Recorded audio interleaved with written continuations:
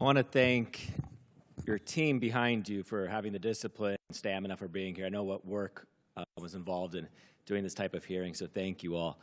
Mr. Secretary, I want to ask you about the A-10 Warthog. How effective has it been in the war in Iran?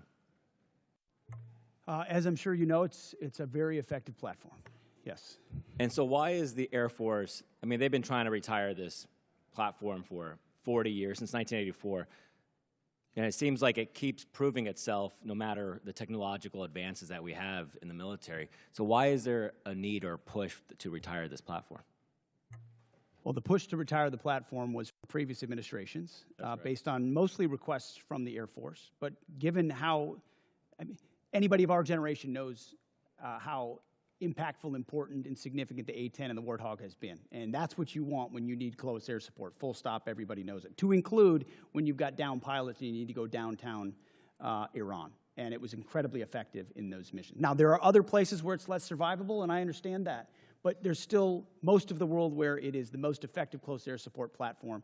That's why I got with the Air Force Secretary. We extended it to 2030, and we're, per the President's guidance, going to look at other options, maybe other variants and ways at which we can keep the A-10 capability or platform on the battlefield for our warfighters who want that kind of close air support.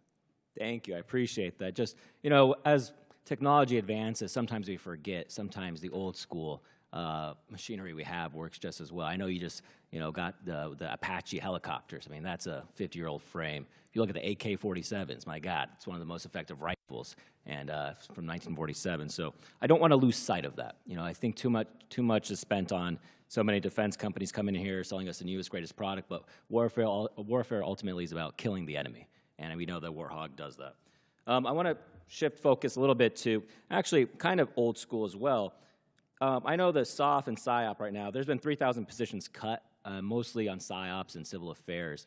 How is, you know, I've been wondering, we have air superiority in Iran, and it seems like there's no internet connectivity in Iran. Are we doing any leaflet drops over there? We've explored a variety of different actions, many of which are classified, but that could restore additional communications capability to the Iranian people. I would love for President Trump's Truth Social post to be leafleted all over Iran, to be honest with you. I think that would encourage them to actually take to the streets. Moving to Iraq, I think there's budgeted right now about $118 million to the government of Iraq for the counter-ISIS mission. We know the problems that the Iraq government are facing right now. And you have personally said that you're going to certify, you know, the spending on it. I mean, do you think that this is an effective use of our money to give it to this government that we know is aligned with Iran and seems like it's becoming more difficult to deal with?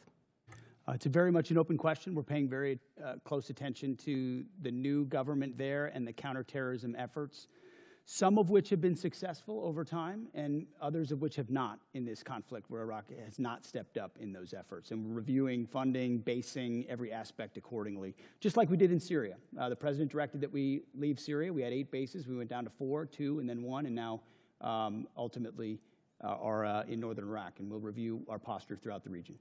Great. With that, I yield back, Mr. Chair. Support journalism you trust. Support PBS News. Donate now, or even better, start a monthly contribution today.